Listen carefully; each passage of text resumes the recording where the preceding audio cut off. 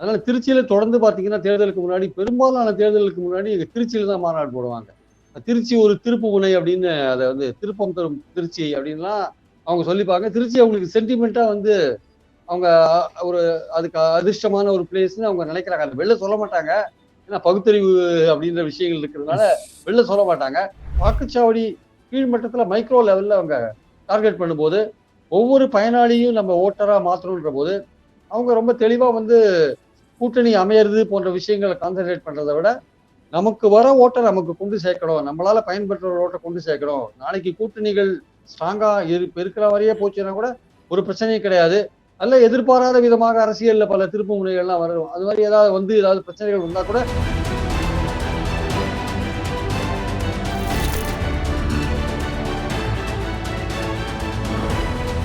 கூட்டணி வலுவா இருக்கிற ஒரு பொசிஷன்ல திமுக இருக்காங்க. அதனால அவங்களுக்கு ஒரு எட்ஜ் இருக்குன்றத நம்ம பாக்குறோம். ஆனா அவங்க வந்து இந்த வாட்டி அவங்க கூட்டணி கட்சிகள்ல திமுக கூட்டணி கட்சிகள்ல எல்லாருமே அதிக இடங்கள் கேட்கிறாங்க. போன வாட்டி திமுக வந்து 188 இடத்துல உதயசூரியன் சின்னத்துல நின்னாங்க. இந்த வாட்டி அவங்க குறைஞ்சபட்சம் 175 இடங்கள் நிக்கணும்னு பாக்குறாங்க. ஒரு ஒரு 12 13 இடங்களை வந்து மற்றவங்களுக்கு பிரிச்சு கொடுக்கலாம்னு நினைக்கிறாங்க. காங்கிரஸ்ல இருக்கிறவங்களுக்கு இன்னும் ஒரு சின்ன நப்பாசை இருக்கு. ஒரு ஒரு மைனாரிட்டி குரூப் ஒரு நப்பாசை இருக்கு. அதாவது இந்த வாட்டி தாவேக்காவோட போறது பெட்டர். அவங்க அவங்க அந்த குரூப்போட நோக்கம் எப்படி இருக்குன்னா, தமிழ்நாடு, பாண்டிச்சேரி, கேரளா மூணுத்தையும் ஒன்னா பார்க்கணும். அந்த ஒன்னா டீல் பண்ணும்போது பாண்டிச்சேரி, கேரளால வந்து நம்ம விஜயோட சேர்ந்தா வின் பண்றதுக்கான வாய்ப்பு இருக்கு. தமிழ்நாட்டுல நம்ம ஆட்சிக்கு வரதுக்கான வாய்ப்பு இல்ல. நம்ம ஆட்சியில பங்கும் வந்து திமுக கொடுக்க போறது இல்ல. அதனால நமக்கு வந்து பார்லிமெண்ட் எலெக்ஷன் தான் முக்கியம். அதனால இந்த எலெக்ஷன் விஜயோட போய் பார்த்தா என்ன, பாஜகவை எந்த அளவுக்கு எதிர்ப்பாரு, இல்ல பாஜகவுக்கு பயந்து ஜகா வாங்கிடுவாரா, பின்தங்கிடுவாரா அப்படின்ற விஷயங்கள்லாம் இருக்கு. இல்ல பாஜகவுக்கு ஆதரவான பாஜக இவர்கிட்ட வைக்கிற கோரிக்கை என்னன்னா திமுகவை கடுமையா எதிர்க்கணும். அதிமுக போட்டி போடுற தொகுதிகளில் வந்து நீங்க எங்க ஓட்டை பிரிக்கிற மாதிரியான விஷயங்கள் எதுவும் பண்ணக்கூடாது. திமுகவை நீங்க எவ்வளவு டேமேஜ் பண்றீங்களோ அது மாதிரி டேமேஜ் பண்றதுக்கு ஏற்றபடி உங்க பாலிடிக்ஸை மாத்திக்கோங்கன்னு அவங்க சொல்றாங்க. அவங்க கூட்டணியில இருந்து இவரை சேர்க்கறது கடைசி கட்டமா வச்சிருக்காங்க. அது நடக்குமா இல்லையான்னு தெரியாது.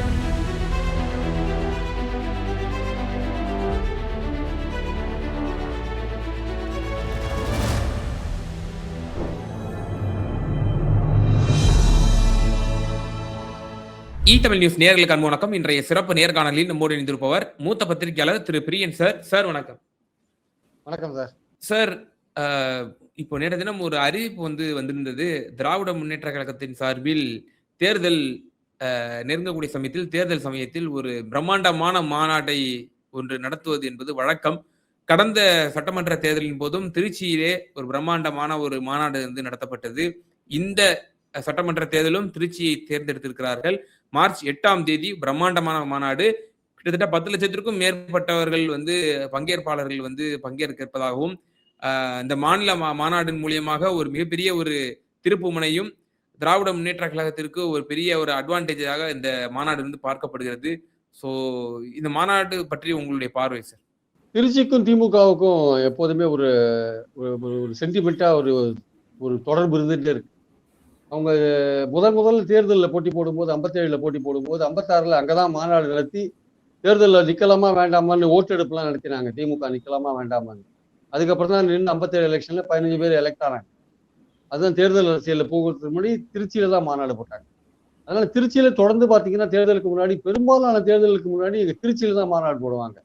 திருச்சி ஒரு திருப்பு முனை அப்படின்னு அதை வந்து திருப்பம் தரும் திருச்சி அப்படின்லாம் அவங்க சொல்லிப்பாங்க. திருச்சி அவங்களுக்கு சென்டிமெண்டா வந்து அவங்க ஒரு அதுக்கு அதிர்ஷ்டமான ஒரு பிளேஸ்ன்னு அவங்க நினைக்கிறாங்க. அது வெளில சொல்ல மாட்டாங்க. ஏன்னா பகுத்தறிவு அப்படின்ற விஷயங்கள் இருக்கிறதுனால வெளில சொல்ல மாட்டாங்க.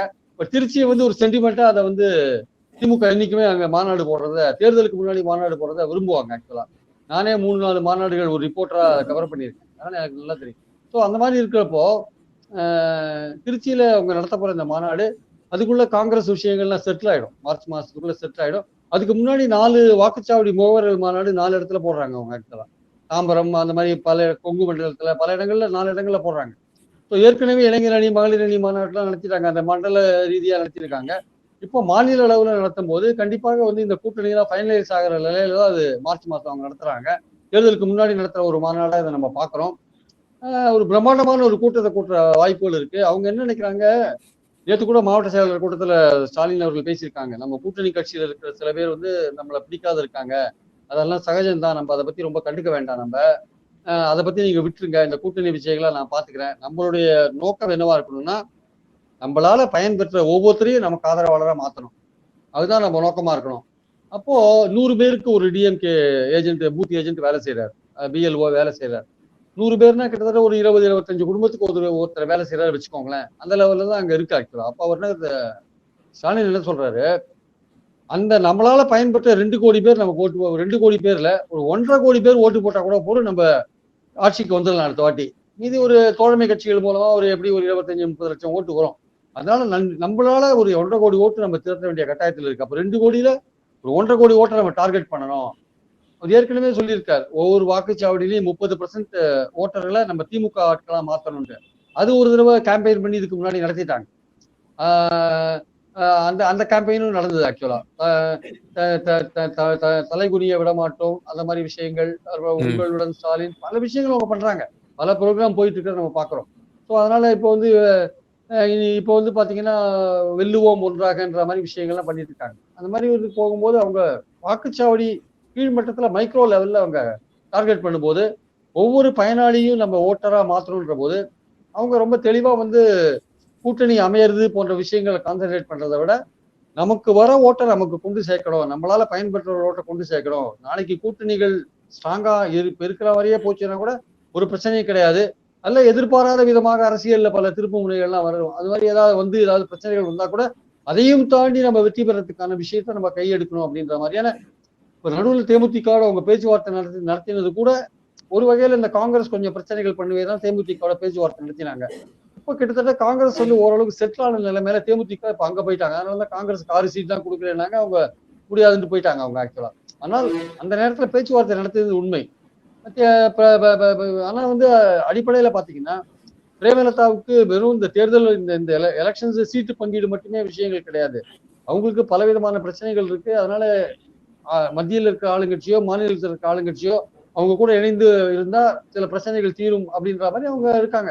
அவங்களுடைய காலேஜ் விற்றது சம்பந்தமாக அவங்களுக்கு பல சொந்தமா பல பிரச்சனைகள்லாம் இருக்கு. பணம் வித்த பார்ட்டியை வாங்கின பார்ட்டி பணம் கொடுக்காத இருக்காங்க, செட்டில் ஆகாத இருக்கு, அதெல்லாம் வாங்கி தரணுன்ற பஞ்சாயத்தெல்லாம் போயிட்டு இருக்கு ஒரு பக்கம். இந்த மாதிரி சூழல் இருக்கிறப்போ அவங்களுக்கு வந்து மத்தியில் இருக்கிற கவர்மெண்ட் அவங்க கூட சேர்ந்தா ஈஸியா வந்து நம்ம அந்த சொந்த பிரச்சனைகளையும் சீர்த்துக்கலாம், நமக்கு தேர்தல் செலவுக்கு பணம் கொடுக்கணும், அங்க போயிட்டாங்க. இப்ப காங்கிரஸும் கிட்டத்தட்ட டெல்லி கூட்டத்துக்கு அப்புறம் கிட்டத்தட்ட திமுகவோட இருக்கிற மாதிரியான ஒரு சூழல் தான் அங்க இருக்கு. அதுல ஒன்றும் பெரிய சேஞ்ச் வராதுன்னு இப்போ திமுக நினைக்கிறாங்க. ஆனா இருந்தாலுமே வந்து திமுக வந்து காங்கிரஸ் இவ்வளவு எல்லாம் பண்ணிட்டாங்களே, ஒரு இந்த இடைக்காலத்துல வந்து இப்படி எல்லாம் பண்ணிட்டாங்களேன்னு ஒரு வருத்தம் இருக்கு திமுக. இருந்தாலும் தேர்தலை நோக்கி போகும்போது நம்ம இதெல்லாம் மறந்துட்டு நம்ம வேலை செய்யலாம் தான் ஸ்டாலின் அவர்கள் சொல்றாங்க ஆக்சுவலா. ஸோ அதனால அவரை பொறுத்த மட்டும் வந்து திமுகவுக்கு வர வேண்டிய ஓட்டை நம்ம வாங்கிட்டாலே போறோம் அப்படின்னு அவங்க நினைக்கிறாங்க ஆக்சுவலா. அதுக்காக தான் அவங்க வேலை செய்யறாங்க. அதுக்கு இந்த திருச்சி மாநாடு வந்து ஒரு பெரிய ஒரு உந்து சக்தியா தேர்தலுக்கு முன்னாடி அவங்களுக்கு அமையும் என்பது என்னுடைய கருத்து. ஆனால் அதே சமயம் திமுகவுக்கு எதிரான கருத்துக்கள் வந்து அதிமுக கூட்டணி பலமா இருக்கு, அவங்க இடி சிபிஐ எல்லாத்தையும் பயன்படுத்துவாங்க. அதுக்கும் திமுக தயாரா இருக்காங்க. அவங்க என்ன வித தேர்தல் அனௌன்ஸ் பண்ண பிறகு அதை பண்ண முடியாது, தேர்தல் அனௌன்ஸ் பண்றதுக்கு முன்னாடி பலவிதமான விஷயங்களை அவங்க பண்றதுக்கான வாய்ப்பு இருக்கு. அதே மாதிரி சோசியல் மீடியாவை பயன்படுத்தி இவங்களை ரொம்ப டேமேஜ் பண்ணுவாங்க திமுகவை. அதே மாதிரி பாத்தீங்கன்னா வந்து உங்களுக்கு வந்து இவங்களுடைய அந்த தேர்தல்னாலே உங்களுக்கு பணம் தானே. ஸோ அந்த மூவ்மெண்ட் எல்லாம் வந்து கட்டைல் பண்ற மாதிரி ஆக்டிவிட்டிஸ் எல்லாம் மத்திய அரசு முடுக்கி விடுவாங்க ரொம்ப. அதெல்லாம் அவங்களுக்கு ஈஸியா நடக்கும். அதிமுகவுக்கு திமுகவுக்கு ரொம்ப பிரச்சனையெல்லாம் கொடுப்பாங்க நிறைய. இந்த மாதிரிலாம் நிறைய பண்றதுக்கான வாய்ப்புகள் இருக்கு. அதெல்லாம் தாண்டி வரணும்னா கட்சி ஒற்றுமையா இருக்கணும்னு ஸ்டாலின் அவர்கள் சொல்றாரு. ஒற்றுமையா வந்து நல்ல இதா வேலை செய்யணும், கிரவுண்ட் லெவல்ல ஸ்ட்ராங்கா இருக்கணும், நம்ம அப்படி இருந்தாதான் நம்ம ஓட்டை நம்ம வாங்க முடியும்னு சொல்றாரு. ஸோ எதிர்மறையான பிரச்சாரத்துக்கு பலமா பண்ணுவாங்க. ஒரு பக்கத்துல இடி சிபிஐ ஐடி போன்றவற்றை முடுக்கி விடுவாங்க. இதெல்லாம் தாண்டி தான் நம்ம வந்து வேலை செய்யணும்னு நம்ம கூட்டணியை வந்து எப்படியாவது நான் வந்து 3 தேர்தலா இருக்கிற கூட்டணி இந்த வாட்டி கண்டினியூ ஆகும். நம்ம 234 தொகுதியிலையும் நான் போட்டி போடுற மாதிரி நம்ம போட்டி போடுற மாதிரி நீங்க நினைச்சு வேலை செய்யணும்னா ஸ்டாலின் அவர்கள் வந்து மாவட்ட செயலாளர் கூட்டத்தில் கூட பேசியிருக்கிற ஒரு விஷயம் ஆக்கலாம். ஸோ தேர்தல் களம் சூடு பிடிக்க துவங்கி இருக்கிறது. இப்போ இன்னும் 1 மாதத்திற்கும் குறுகிய காலகட்டத்திலேயே எலெக்ஷன் அறிவிப்பும் வந்துடும் அப்படின்னு எதிர்பார்க்கப்படுகிறது. இப்போ இந்த தேர்தல் களத்துல இருக்கக்கூடிய 4 கார்னர் ஃபைட்ல டிஎம்கே என்ன மாதிரி இருக்கு, யார் அஹெட்ல இருக்காங்கன்னு நீங்க பாக்குறீங்க சார்? யாரு முன்னிலையில வைக்கிற மாதிரி நீங்க பாக்குறீங்க?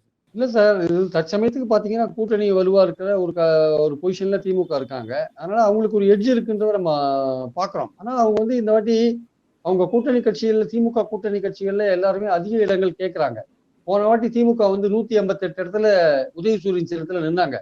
இந்த வாட்டி அவங்க குறைஞ்சபட்சம் 175 இடங்கள் நிக்கணும்னு பாக்குறாங்க. ஒரு ஒரு 12, 13 இடங்களை வந்து மத்தவங்களுக்கு பிரிச்சு கொடுக்கலாம்னு நினைக்கிறாங்க. போன வாட்டி போட்டி போட்டதோட இந்த வாட்டி ஒரு 13 இடங்களை மத்தவங்களுக்கு பிரிச்சு கொடுக்கலாம். ஏன்னா எல்லா கட்சிகளும் அதிகமா கேட்கறாங்க. அதனால பிரிச்சு கொடுக்கலாம்னு நினைக்கிறேன். குறைஞ்சபட்சம் 175 தொகுதிகள்ல போட்டி போடணும்னு அவங்க நினைக்கிறாங்க. மீதி இருக்கிற 69 தொகுதிகளை தான் பிரிச்சு கொடுக்கணும்னு நினைக்கிறாங்க ஆக்சுவலா. ஸோ அந்த சூழல்ல வரும்போது இந்த 4 முனை போட்டியில வந்து பல ஏரியாக்கள்ல வந்து இவரு சீமானை விடுங்க. ஏன்னா இந்த வாட்டி சீமான்ட்ட இருக்கிற இளைஞர்கள் பெரும்பாலும் வந்து தாவேக்காக்கு ஓட்டு போட்டாலும் போடுவாங்க, சொல்ல முடியாது. அந்த மாதிரி நிலைமை இருக்கு. தாவேக்கால ஏற்கனவே இளைஞர்கள் ஓட்டுலாம் இருக்கு. அப்போ இந்த 4 முனை போட்டியில வந்து வெற்றியோ தோல்வியோ அது வந்து 1000, 2000 ஓட்டு அமையறதுக்கான வாய்ப்புகள் இருக்கு. அதனால வந்து ஒவ்வொரு ஓட்டும் வந்து முக்கியத்துவம் பெறுகிறது. ஒவ்வொரு கட்சியோட ஆதரவும் முக்கியத்துவம் பெறதை நம்ம பாக்குறோம். அதனால இந்த திமுகவை பொறுத்த மட்டில் ஓட்டுக்களை வந்து ஆதரவாளர்களை ஓட்டுக்களா மாத்தணும் அப்படின்றது அவங்களுடைய பாயிண்டா இருக்கு. ஸோ அதுக்கேற்றபடி அவங்க வந்து மண்டலத்துல வந்து செயலாளர்கள்லாம் நியமிச்சிருக்காங்க. ஒவ்வொரு மண்டல பொறுப்பாளர்கள்லாம் நியமிச்சிருக்காங்க. அந்த மண்டல பொறுப்பாளர்களுக்கு கீழே வந்து மாவட்டத்துல இருக்காங்க. மாவட்டத்துக்கு கீழே அந்த அந்த அந்த அந்த அந்த திமுகவோட அந்த மிஷினரி வந்து கரெக்டா கீழ் லெவல் வரையும் வேலை செய்யுது ஆக்சுவலா. அந்த கீழ் லெவல் வரையும் வேலை செய்யற மிஷினரி வந்து தொடர்ந்து இது கடந்த 4-5 மாசமா அது வேலை செஞ்சுட்டு இருக்கு. இப்ப மட்டும் இல்ல, அவங்க ஒரு 4-5 மாசமாவே அவங்க சீரியஸா இறங்கிட்டாங்க. இந்த எஸ்ஐஆர்ல எல்லாம் அவங்க தான் வேலை செஞ்சாங்க, சீரியஸா வேலை செஞ்சாங்க. பல பேரை வந்து ஒவ்வொரு ஏரியாலையும் வந்து திமுக ஆதரவாளர்கள் யாருன்னு பார்த்து அவங்க பேர் விடுபடக்கூடாதுன்ற எண்ணத்துல கரெக்டா வேலை செஞ்சிருக்காங்க. அதே மாதிரி புது வாக்காளர் சேர்க்கும் போது கூட அவங்கள வந்து திமுக வாக்காளர்கள், திமுகவுக்கு ஓட்டு போடக்கூடியவங்களாம் பாசிட்டிவா பார்த்து அவங்கள சேர்க்கறது, அந்த மாதிரி விஷயங்களை கூட பண்ணியிருக்காங்க. அதாவது நமக்கு ஆதரவான விஷயங்களை எதையும் ஒரு ஓட்டை கூட மிஸ் பண்ணக்கூடாது அப்படின்றதுதான் திமுகவினருடைய நோக்கமா இருக்கு. அந்த அடிப்படையில் அவங்க வேலை செய்யறாங்க. இதே ஒத்துழைப்பை வந்து கூட்டணி கட்சிகள் மத்தியிலேயே அவங்க எதிர்பார்க்கறாங்க. கூட்டணி கட்சிகள் யாருமே வந்து இடங்கள் அதிகமா கேட்டா கூட, ஆட்சியில் பங்குன்ற விஷயத்த வந்து காங்கிரஸ் எழுப்பினா கூட அது படங்கி போனதை நம்ம பாக்குறோம். நம்ம அவர்களோட நோக்கம் அதிகமான இடங்கள் கேட்கறதா. பட் காங்கிரஸுக்கு காங்கிரஸ்ல இருக்கவங்களுக்கு இன்னும் ஒரு சின்ன நப்பாசை இருக்கு. ஒரு மைனாரிட்டி குரூப்புக்கு ஒரு நப்பாசை இருக்கு. அதாவது இந்த வாட்டி தாவேக்காவோட போறது பெட்டர். அவங்க அந்த குரூப்போட நோக்கம் எப்படி இருக்குன்னா, தமிழ்நாடு, பாண்டிச்சேரி, கேரளா மூணுத்தையும் ஒன்னா பார்க்கணும். அந்த ஒன்னா டீல் பண்ணும்போது பாண்டிச்சேரி, கேரளால வந்து நம்ம விஜயோட சேர்ந்தா வின் பண்றதுக்கான வாய்ப்பு இருக்கு. தமிழ்நாட்டுல நம்ம ஆட்சிக்கு வரதுக்கான வாய்ப்பு இல்ல. நம்ம ஆட்சியில பங்கும் வந்து திமுக கொடுக்க போறது இல்ல. அதனால நமக்கு வந்து பார்லிமெண்ட் எலெக்ஷன் தான் முக்கியம். அதனால இந்த எலெக்ஷன் விஜயோட போய் பார்த்தா என்ன, கேரளால நம்ம ஆட்சிக்கு வரலாமே, விஜய் போய் பிரச்சாரம் பண்ணா கேரளால கிறிஸ்டியன்ஸ் எல்லாம் ஓட்டு போடுவாங்க, பாண்டிச்சேரியில விஜய்க்கு ஆதரவாளர் இருக்காங்க. ஸோ அந்த 2 ஸ்டேட்டும் காங்கிரஸ் கைப்பற்றலாம் இல்லையா. தமிழ்நாடுல வந்து நம்ம தாவேக்காவோட இருந்தா, தமிழ்நாட்டுல திமுகவோட இருந்தாலே நமக்கு ஆட்சியில பங்கு கிடையாதுன்னு சொல்லிட்டாங்க. அதனால நம்ம எதுக்கு மற்ற 2 ஸ்டேட் நமக்கு கிடைக்குதுன்னு அந்த 3 ஸ்டேட்டை வந்து காம்போவா டீல் பண்ணும்போது விஜயோட போறது பெட்டர்ன்ற மாதிரியான ஒரு குரலை வந்து அங்க காங்கிரஸ்ல இருக்கிற சில இளைய தலைமுறை கொஞ்சம் 40 வயசு கீழே இருக்கிறவங்க வைக்கிறாங்க ஆக்சுவலா. ஆனா கொஞ்சம் ஏற்கனவே எம்எல்ஏ இருக்கிறவங்க எல்லாம் என்ன சொல்றாங்க, நீங்க மற்ற 2 ஸ்டேட்டுக்காக வந்து தமிழ்நாடை கெடுத்துறாதீங்க, இங்க 50 வருஷமா காங்கிரஸ் பின்னாடியே போயிட்டு இருக்கு, இந்த மாதிரி விஷயத்துல இறங்கினீங்கன்னா காங்கிரஸ் சுத்தமா ஒண்ணும் இல்லாத போயிடும் அப்படின்னு சொல்றாங்க. அப்ப நீங்க ஏன் காங்கிரஸை வளர்க்கல தமிழ்நாட்டுல அப்படின்னு அவங்க திருப்பி தமிழ்நாட்டு இருக்கிற எம்பி எம்எல்ஏக்களை பார்த்து கேட்கறாங்க. அதுக்கு அவங்க என்ன பண்றாங்க, 2 திராவிட கட்சிகள் மத்தியில எங்களால் கட்சியை வளர்க்க முடியல, அதனால நம்ம தனியாவே ட்ரை பண்ணி பார்க்கணும் அப்படின்ற மாதிரி இவங்க சொல்றாங்க. இருந்தாலும் பரவாயில்ல, இந்த எலெக்ஷன்ல நம்ம திமுகவோட போலாம் அப்படின்ற மாதிரி மெஜாரிட்டி ஆட்கள் சொல்லிருக்காங்க. இந்த மாதிரி ஒரு பிரச்சனை போயிட்டு இருக்கு. அதனால வந்து காங்கிரஸ் வந்து ஒரு மைண்ட் செட் வந்துட்டாங்க திமுகவோட தான் போறதுக்கு அப்படின்னா கூட, இன்னும் அந்த ஒரு 4-5 பேர் முக்கியமா அவங்க வந்து மேலிடத்தை வந்து ரொம்ப ப்ரெஸ் பண்ணிட்டே இருக்காங்க. நம்ம வந்து தாவேக்காவோட போலாம், நம்ம கேரளா பாண்டிச்சேரியில வெற்றி நமக்கு நிச்சயம் அப்படின்ற மாதிரி போறாங்க. அது எப்படி காங்கிரஸ் தலைமை முடிவு பண்ணு சொல்ல முடியாது. அதனால இதுக்கெல்லாம் ரெடியா இருக்காங்க திமுக. அப்படியே போனாலுமே எங்களுக்கு கவலை இல்லைன்ற அளவுல தான் அவங்க ரெடியா இருக்காங்க. நம்ம வந்து அவங்க ரொம்ப திமுக நினைக்கிறது ஒரே ஒரு விஷயம்தான், நம்மளால பயன்பெற்ற பயனாளிகள் நமக்கு கண்டிப்பா ஓட்டு போடுவாங்க, நம்ம ஒழுங்கா ஒர்க் பண்ணா போறோம் அப்படின்றதான் ஸ்டாலின் அவர்கள் நினைக்கிறாங்க. அந்த ஆங்கிள் ஒர்க் பண்ணாங்கன்னா ஓட்டு கண்டிப்பா கிடைக்கும் அப்படின்னு நினைக்கிறாங்க. அது எவ்வளவு தூரம் சக்சஸ் ஆறான்றத பொறுத்துன்னு தான் பார்க்கணும். அந்த இளைஞரணி மாநாடு ரொம்ப சக்சஸ் ஆச்சு, மகளிர் அணி மாநாடு ஒரு பெரிய சக்சஸ் ஆச்சு. அதனால வந்து தொடர்ந்து வந்து இந்த ஆதரவு வந்து நமக்கு இருக்கு. இன்னைக்கு அப்போ புதுசா இந்த மாதிரி வைத்தியலிங்கம் போன்றவர்கள் சேரும்போது கொஞ்சம் அதிமுக ஆதரவு ஓட்டுகள், அந்த மனோஜ் பாண்டியன் போன்றவர்கள் சேரும்போது தெற்கெல்லாம் கொஞ்சம் ஆதரவு ஓட்டுகள் வரதுக்கான வாய்ப்புகள், சில தொகுதிகளை வெற்றி பெறதுக்கான வாய்ப்புகள்லாம் கூடுதலா நம்ம பாக்குறோம் நம்ம. அதனால நாளைக்கு ஓபிஎஸ் சேர்ந்தாருன்னா இன்னும் கொஞ்சம் ஸ்ட்ராங்கா வரதுக்கு வாய்ப்பு இருக்கு. ஓபிஎஸ் சேர்றாரா இல்லையான்றது நாளைக்கு தெரியும் அட்லீஸ்ட். சார், இப்ப நீங்க களத்தில் இருக்கக்கூடிய ஒரு பத்திரிகையாளர், இப்போ தேர்தல் பிரச்சாரங்களும் அடுத்த கட்டமா போக வேண்டியது இருக்கு. இப்ப திராவிட முன்னேற்ற கழகம் நீங்கள் சொல்வது போல அந்த செயல்படுத்திய திட்டங்கள் மூலம் பயனடைந்த மக்கள், அந்த பயனாளர்கள் நமக்கு வாக்களிக்க வேண்டும் என்பதில் அவர்கள் தெளிவாக இருக்கிறார்கள். அதை முன்னிலைப்படுத்தி அவங்க வந்து போறாங்க அப்படின்ற மாதிரி சொல்றீங்க. களத்தில் யாரு முந்தக்கூடிய ஒரு சூழ்நிலை இருக்கு? திராவிட முன்னேற்ற கழகத்திற்கு ஈடாக இவர்களுக்கு வந்து டஃப் ஃபைட் கொடுக்குற மாதிரி இருக்கா ஏடிஎம்கே, பிஜேபி? ஒரு பக்கம் விஜய் நீங்க தொடர்ந்து சொல்லிட்டு வரீங்க ஸ்பாய்லரா இருப்பாரு அப்படின்ட்டு. நாம் தமிழர் 4 முறை போட்டியாகவும் இருக்கு. இப்ப களத்துல டிஎம்கே எந்த அளவுக்கு வேகமா போய் கொண்டிருக்கிறது? அடுத்தடுத்த அணிகள் வந்து அதுக்கு ஈடு கொடுக்குற மாதிரி வேகத்துல போறாங்களா, இல்ல அவங்க ரொம்பவே பின்தங்கி இருக்காங்களா சார்? இல்ல அதாவது இதுவரை இன்னைக்கு வரையும் திமுக அணி தான் சார் வந்து ஒரு எட்ஜில் இருக்கு, ஒரு எட்ஜி அதுக்கு இருக்கு. ஆனா அதிமுக அணி வந்து தன்னை வந்து இன்னும் வலுப்படுத்தி கொண்டு வருகிறது. இன்னைக்கு சாயந்தரம் தேமுதிக சேர்ந்துட்டாங்கன்னா அது கொஞ்சம் வலுவான அணியா வரதுக்கான வாய்ப்பு இருக்கு. ஆனால் அதுக்குன்னு விஜய் நம்ம வந்து ஒரேடியா ஒண்ணுமே வாங்க மாட்டாருன்னு சொல்ல முடியாது. அவர் வாங்குற ஒவ்வொரு ஓட்டும் யாரையாவது ஸ்பாயில் பண்ற விஷயமா தான் இருக்கும். முக்கியமா பாத்தீங்கன்னா கோயம்புத்தூர் அண்ட் சவுத்ல வந்து விஜய் வாங்குற ஓட்டு அதிமுகவை அதுக்கு மோசமா ஸ்பாயில் பண்ணும். அதே மாதிரி டெல்டாலையும் வட மத்திய மாவட்டங்கள்லயும் விஜய் வாங்குற ஓட்டு திமுகவை ஸ்பாயில் பண்றதுக்கான வாய்ப்பு இருக்கு. ஆனா எந்த அளவுக்கு வந்து விஜய் திமுக ஓட்டை பிரிப்பாருன்றது ஒரு முக்கியமான விஷயம். அவர் வந்து திமுகவுக்கு போற பாஜக எதிர்ப்பு ஓட்டுகளை அவர் பிரிக்கணும். அவர் பாஜக எதிர்ப்பு ஓட்டுகளை பிரிக்கணும்னா பாஜகவுக்கு எதிரான களமாடணும் அவரு. ஆனா பாஜகவுக்கு எதிராக எந்த வார்த்தையும் பேச மாட்டேன்றாரு. பாஜக அவரை வந்து இவ்வளவு தூரம் ஹார்ம் பண்றாங்க, அப்படியே அடங்கி போயிட்டு இருக்காரு, அப்படியே சைலண்டா நழுவி போயிட்டு இருக்காரு, வழுவி போயிட்டு இருக்காரு. அதனால அவர் பாஜகவை எந்த அளவுக்கு எதிர்ப்பாரு, இல்ல பாஜகவுக்கு பயந்து ஜகா வாங்கிடுவாரா, பின்தங்கிடுவாரா அப்படின்ற விஷயங்கள்லாம் இருக்கு. இல்ல பாஜகவுக்கு ஆதரவான பாஜக இவர்கிட்ட வைக்கிற கோரிக்கை என்னன்னா திமுகவை கடுமையா எதிர்க்கணும். அதிமுக போட்டி போடுற தொகுதிகளில் வந்து நீங்க எங்க ஓட்டை பிரிக்கிற மாதிரியான விஷயங்கள் எதுவும் பண்ணக்கூடாது. திமுகவை நீங்க எவ்வளவு டேமேஜ் பண்றீங்களோ அது மாதிரி டேமேஜ் பண்றதுக்கு ஏற்றபடி உங்க பாலிடிக்ஸை மாத்திக்கோங்கன்னு அவங்க சொல்றாங்க. அவங்க கூட்டணியில இருந்து இவரை சேர்க்கறது கடைசி கட்டமா வச்சிருக்காங்க. அது நடக்குமா இல்லையான்னு தெரியாது. அப்படி போனா அது திமுக அட்வான்டேஜ் தான் ஆக்சுவலா. ஆனால் இவர் தனியா இருந்து பண்ற டேமேஜ் தான் ஜாஸ்தியா இருக்கும். அதுதான் பியூஷ் கோயல் சொல்றாரு, அவர் தனியாவே விட்டுருங்க, அவர் ஸ்பாயில் பண்ணுவார் டிஎம்கேன்றார். அவங்க எதிர்பார்க்கறது என்னன்னா விஜய் வந்து மைனாரிட்டி ஓட்டை தூக்கின்னு போயிடுவாரு அப்படின்னு நினைக்கிறாங்க. மைனாரிட்டி ஓட்டு எடுத்து போனா ஒரு 10% ஓட்டு போயிடும் திமுகவுன்னு நினைக்கிறாங்க. ஆனா அதுதான் தப்பு அங்க ஆக்சுவலா. காங்கிரஸே போனா கூட, தாவேக்காவோட போனா கூட மைனாரிட்டி ஓட்டு, அதுவும் மைனாரிட்டியில முஸ்லீம்ஸ் ஓட்டு பெரும்பாலும் திமுகவுக்கு தான் போகும். அது திருப்பரங்குன்றம் விஷயத்துக்கு அப்புறம் ஒட்டுமொத்தமா வந்து முஸ்லீம்ஸ் எல்லாம் திமுகவுக்கு தான் போடுவாங்க. அதுல சந்தேகமே கிடையாது. கிறிஸ்டியன்ஸ் விஷயத்துல கூட பாத்தீங்கன்னா அதுல பாதி பேர் தான் வந்து கிட்டத்தட்ட வந்து விஜய் சைடு போறதுக்கான வாய்ப்பு இருக்கு தவிர மீதி இருக்கிற கிறிஸ்டியன்ஸ் எல்லாம் வந்து ஒரு சரிபாதி கிறிஸ்டியன்ஸ் வந்து இன்னும் திமுகவோட தான் இருக்காங்க. என்னன்னா விஜயுடைய பாஜக எதிர்ப்பு ரோல்ன்றது ஒரு கேள்விக்குறியா மாறுது ஆக்சுவலா. இவரு காங்கிரஸே அங்க ஏன் போக மாட்டாங்க அப்படின்னா அவர் எவ்வளவு தூரம் விஜய் எதிர்க்கிறாரு தெரியாது. நாளைக்கு அவர் விஜய் வந்து பாஜகவோட எப்படி ஒரு ஸ்டேர்ம்ஸ்க்கு வருவார் தெரியாது. விஜய் வந்து பாஜக கடுமையை எதிர்க்க மாட்டேன்றார். அதனால அந்த பாயிண்ட்ல வந்து காங்கிரஸ்ல மேலிடத்துல யோசிக்கிறாங்க. திமுக அணி வந்து பாஜகவுக்கு எதிரான ஒரு அணியா இருக்கு. அது கட்டமைக்கப்பட்டதே பாஜகவுக்கு எதிரான கட்டமைச்சிருக்கு. நம்ம போய் அங்க சேர்ந்தா அவர் வந்து நாளைக்கு பாஜகவோட ஏதாவது அண்டர்ஸ்டாண்டிங்ல போயிட்டாருன்னா நம்ம என்ன பண்றது, அவர் கூட எப்படி நம்பி சேர்றதுன்னு அது ஒரு தயக்கம் காங்கிரஸுக்கு இருக்கு ஆக்சுவலா. அதனால காங்கிரஸே போய் சேர்ந்தா கூட வந்து விஜயுடைய பாஜக எதிர்ப்பு வந்து ஒரு சந்தேகத்துக்குரிய ஒரு விஷயமா இருக்கிறதுனால கண்டிப்பா மைனாரிட்டிஸ் வந்து கிறிஸ்துவர்கள் தாக்கப்பட்டாங்க நாடு முழுக்க. விஜய் ஏதாவது கண்டிச்சாரா? கண்டிக்கவே இல்லை. அதெல்லாம் பார்க்கும்போது கிறிஸ்துவர்கள் என்ன நினைக்கிறாங்க, நமக்கு மாநிலத்துல திமுக இருந்தா பெட்டர் அப்படின்னு அவங்க நினைக்கிறாங்க. அதனால மைனாரிட்டிஸ் அந்த ஓட்டம் தான் வந்து விஜய் பிரிப்பார்னு அவங்க நினைக்கிறாங்க. யாரு? பாஜக. அதுக்கான வாய்ப்புகள் ரொம்ப ரொம்ப குறைவு. மைனாரிட்டி தவிர மற்றவங்க ஓட்டெல்லாம் மைனாரிட்டிக்கு வெளியில பாஜக எதிர்ப்பு ஓட்டு இருக்குல்ல, அதெல்லாம் வந்து திமுகவுக்கு தான் போகும். வெறும் வந்து மைனாரிட்டி மட்டுமே ஓட்டு போட்டா திமுக வின் பண்றாங்க. மைனாரிட்டி வெளியில பாஜக எதிர்ப்பு ஓட்டு நிறைய இருக்கு, அதையும் வாங்கிதான் வின் பண்றாங்க. அவங்க ஆதரவு ஓட்டு இருக்கு, திமுக ஆதரவு ஓட்டு இருக்கு, தோழமை கட்சிகளோட ஆதரவு ஓட்டு இருக்கு. இதெல்லாம் பார்க்கும்போது கிட்டத்தட்ட ஒரு 40% ஓட்டை வந்து அவங்க வச்சிருக்காங்க. திமுக அணி வந்து 40% ஓட்டு குறைந்தபட்சம் அவங்க வாங்குறதுக்கான வாய்ப்புகள் இருக்கு. அந்த பாயிண்ட் எல்லாம் வந்து விஜய் ஸ்பாயில் பண்ணாலுமே நம்ம வின் பண்ண முடியும், நம்மள மேஜரா ரொம்ப ஸ்பாயில் பண்ண முடியாது. விஜய் வந்து மேக்சிமம் ஏடிஎம்கே ஸ்பாயில் பண்ணுவாரு. திமுக எதிர்ப்பு ஓட்டுகள் வந்து பெரும்பாலும் இதுவரையே வந்து அதிமுக தான் போயிருந்தது. அந்த ஓட்டுல ஒரு பெரிய ஓட்டையை போடுவாரு விஜய், அது நமக்கு வந்து சேரும். அதுதான் இப்போ அவங்களுக்கு கவலையா இருக்கு. பாஜக அதிமுகவுக்கு என்ன கவலைன்னா அந்த திமுக எதிர்ப்பு ஓட்டை வந்து விஜய் தள்ளி போவாரு, அதை எப்படி தடுக்கிறது, அதை விஜயை பயமூர்த்தி நம்ம எப்படி பணிய வச்சு அந்த ஓட்டை வந்து பிரியாத பாக்குறது, எப்படி திமுகவுக்கு போற பாஜக எதிர்ப்பு ஓட்டை விஜய்க்கு கொண்டு போறது, அதுக்கு எப்படி விஜய் வந்து நம்ம யூஸ் பண்ணிக்கலாம்ன்ற விஷயத்துல தான் அவங்க இந்த சிபிஐ என்கொயரி, இந்த ஜனநாயகன் படத்தெல்லாம் வச்சுன்னு ஒரு அரசியலை பண்ணிட்டு இருக்காங்க பாஜக. அது என்ன எப்படி போய் முடியும்னு சொல்ல முடியாது.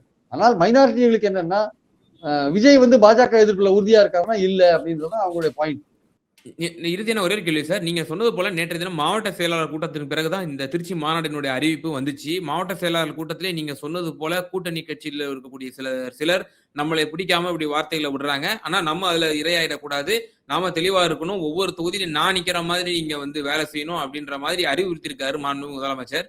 மாண்புமிகு முதலமைச்சர் அதே போல தொடர்ந்து நேற்றைய தினமும் அந்த முழக்கத்தை முன்வைத்திருக்கிறார். தொடர்ந்தும் அந்த முழக்கத்தை முன்வைத்திருக்கின்றார். வெல்வோம் 200 படைப்போம் வரலாறு அப்படின்ற ஒரு இத சொல்றாரு. சோ டிஎம்கே அதை நோக்கி போய் கொண்டிருக்கிறது நினைக்கிறீங்களா? நிறைவான கருத்து. அவங்க ஒரு லட்சியத்தை பிக்ஸ் பண்ணி அதுக்கு நோக்கி போயிட்டு இருக்காங்க. பட் நம்ம இப்போ இந்த சமயத்துல அவங்க 200 அவங்க அவங்க லட்சியம் 200ன்னா அந்த 200 வெல்வதற்கான வாய்ப்புகள் இருக்கான்னா ஒரு ஆளுங்கட்சி வந்து ஒரு பாசிட்டிவா 5 வருஷம் முடிஞ்ச பிறகு அடுத்த 5 வருஷம் ஆட்சிக்கு வர்றதுன்றது சாதாரண விஷயம் கிடையாது. ரொம்ப கஷ்டமான விஷயம். ஆனா அப்படி மீண்டும் வரத்துக்கான வாய்ப்புகள் இன்னைக்கு தேதியில திமுகவுக்கு இருக்கு. ஆனால் 200 இடங்கள் பெறுவாங்களான்னா அது கொஞ்சம் ஒரு கேள்விக்குறியான விஷயம். பட் ஆட்சிக்கு வரத்துக்கான வாய்ப்புகள் இருக்குன்றத மறுக்கிறதுக்கு இல்லை. ஆனா அவர் ஸ்டாலின் என்ன நினைக்கிறாருன்னா நம்ம பண்ணிருக்கிற காரியத்தினால நமக்கு பயனாளிகள் ஓட்டு போட்டாலே கண்டிப்பா 200 நம்ம தோழமை கட்சிகளோட சேர்த்து நம்ம 200 டச் பண்ண முடியும்னு அவர் நினைக்கிறார். அதுக்கான வேலைகள்ல அவங்க இறங்கி வேலை செய்யறாங்க. அது அவருடைய அந்த நோக்கம் எப்படி நிறைவேறுன்றத நம்ம பொறுத்து இருந்தா பார்க்கணும். நிச்சயமா சார். திருச்சியில் வரக்கூடிய மார்ச் 8ஆம் தேதி நடக்கக்கூடிய ஒரு பிரம்மாண்ட மாநில மாநாடு, அதைத் தொடர்ந்து திராவிட முன்னேற்ற கழகம் களத்தில் எப்படி அது செயல்பட்டு கொண்டிருக்கிறது, எதிர்க்கட்சிகளினுடைய நிலை என்னவாக இருக்கிறது என்பது சம்பந்தமான உங்களுடைய டீடைல்டான அனாலிசிஸை எங்க நேயர்களுக்கு ரொம்ப தெளிவா பகிர்ந்தீங்க. ரொம்ப நன்றி சார். தேங்க்யூ.